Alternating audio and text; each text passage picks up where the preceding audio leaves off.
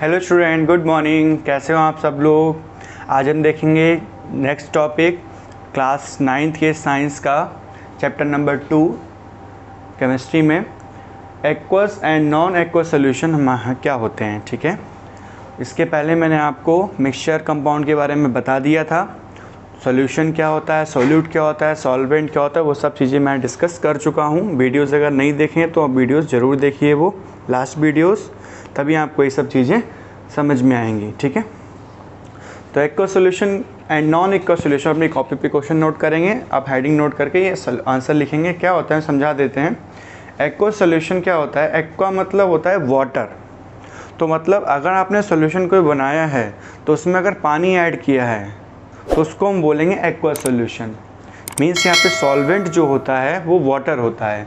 The solution in which solvent is water, that is sugar in water या salt in water.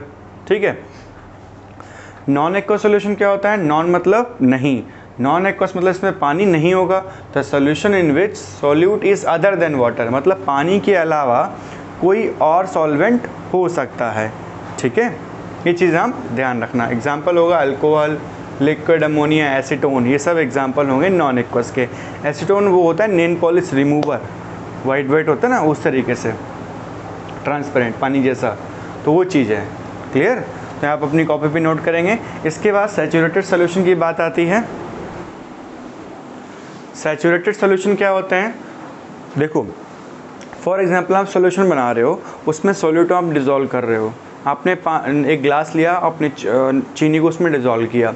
चीनी आप dissolve करते जा रहे हो, करते जा रहे हो, करते जा रहे हो। एक टाइम ऐसा आएगा कि चीनी घुलना बंद हो जाएगी। जब मैक्सिमम सॉल्यूट उसमें डिज़ोल्व हो चुका है, जब चीनी घुलना बंद हो जाए, उस टाइम उस सॉल्यूशन को बोलेंगे सैचुरेटेड सॉल्यूशन। में सैचुरेट हो गया है, इसके ऊपर नहीं घुलेगा, वो चीनी उसमें नहीं घुलेगी, सैचुरेट हो गया। Solution in which maximum amount of solute is dissolved at specific temperature. एक स्पेसिफिक टेम्परेचर पे मैक्सिमम सॉल्यूट डिज़ोल्व होने को बोलते हैं सैचुरेटेड सॉल्यूशन। और अनसैचुरेटेड सॉल्यूशन इसका क्या होगा, इसका अपोजिट जस्ट होगा, a solution in which less amount of solute is dissolved. ठीक है, अगर इसको हम सैचुरेटेड सॉल्यूशन को हीट कर दें तो ये अनसैचुरेटेड सॉल्यूशन बन जाएगा। ये ध्यान रखना, सैचुरेटेड सॉल्यूशन को अगर हीट कर दें तो ये अनसैचुरेटेड बन जाएगा। ठीक है, ये चीज़ ध्यान रखना, ये अपनी कॉपी पे नोट कर लेना। If we heat saturated solution then it becomes unsaturated solution. ये ध्यान रखना। और क्वेश्चन नंबर 2 है ये आपका। आप क्वेश्चन पहले लिखोगे what is saturated solution and unsaturated solution, उसके बाद ये लिखना। क्लियर। स्टार्ट करिए वर्क अपना।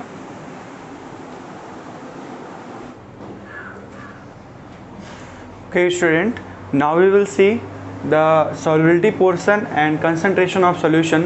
Solubility क्या होती है।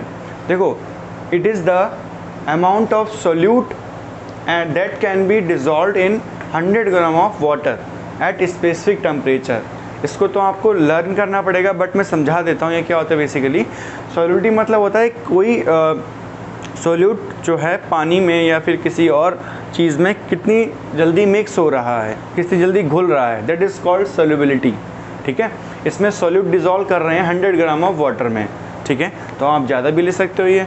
और एक चीज़ ध्यान रखना, सॉल्युबिलिटी मतलब होता है चीज़ सॉलिड पार्टिकल्स का घुलना। ठीक है, तो सॉल्युबिलिटी बेसिकली होती है टेम्परेचर के डायरेक्टली प्रोपोर्शनल होती है। इसका मतलब होता है डायरेक्टली प्रोपोर्शनल। इसका मतलब ये हुआ कि अगर टेम्परेचर बढ़ा तो सॉल्युबिलिटी भी बढ़ेगी। अगर टेम्परेचर जो है वो घटा, कम हुआ, लेस हुआ, तो सॉल्युबिलिटी भी क्या होगी, लेस हो जाएगी। एग्जांपल समझते हैं। सपोज़ आपके पास आपने मिल्क लिया, उसमें चीनी मिलाई, ठंडा मिल्क लिया, गर्म हॉट मिल्क लिया, कोल्ड एंड हॉट। ठीक है, आप दोनों में चीनी मिला दी, तो आपने उसको मिला रहे हो दोनों को, तो बताओ चीनी जल्दी किस में घुलेगी, गर्म वाले में, जो हॉट मिल्क है। क्यों, टेम्परेचर बढ़ाने से सॉल्युबिलिटी बढ़ जाती है, जल्दी घुलेगा। और वही में ठंडे जो मिल्क है, ठंडा मिल्क है, उसको गर्म करना स्टार्ट कर दो तो फटाफट क्या होगा, चीनी अपने आप घुलने लगेगी जल्दी जल्दी, है ना। तो ये चीज़ ध्यान रखना, टेम्परेचर बढ़ाने से सॉल्युबिलिटी बढ़ती है। ठीक है, आप कंसंट्रेशन की बात करें, कंसंट्रेशन ऑफ सोल्यूशन क्या होती है, कंसंट्रेशन क्या होता है, यहाँ डेफिनेशन देखिए, the relative amount of solute and solvent present in a solution is called concentration. कितना amount of solutes and solvent present है उसको बोलते हैं बेसिकली इसकी कंसंट्रेशन। सपोज आपने एक एक ग्लास लिया, पानी भरा हुआ 2 ग्लास लिए और इसमें आपने एक नींबू निचोड़ दिया, दूसरे वाले में 4 लेमन्स को निचोड़ दिया, ठीक है। तो ज़्यादा खट्टा कौन सा होगा, जिसमें 4 नींबू निचोड़े हैं। तो जो 4 लेमन जिसमें आपने स्क्वीज़ किए हैं उसकी कंसंट्रेशन ज़्यादा होगी। क्यों? क्योंकि उसमें जो आपने नींबू निचोड़ा दैट इज़ सोल्यूट, ठीक है। तो आपने वहाँ पे सोल्यूट की कंसंट्रेशन ज़्यादा कर दी, कंसंट्रेटेड ज़्यादा हो गया। सपोज़ दूध वाला आता है, पानी मिला दिया ज़्यादा, और किसी दिन उसने गाढ़ा दूध दिया, तो जिस दिन गाढ़ा दूध देगा तो हम कहेंगे कि उसकी कंसंट्रेशन ज़्यादा है, और जिस दिन पतला पानी होगा और पतला दूध होगा तो कहेंगे कंसंट्रेशन कम है। इस तरीके से आप कह सकते हो कितना अमाउंट ऑफ सॉलिड सॉल्वेंट उसमें प्रेजेंट है, ठीक है।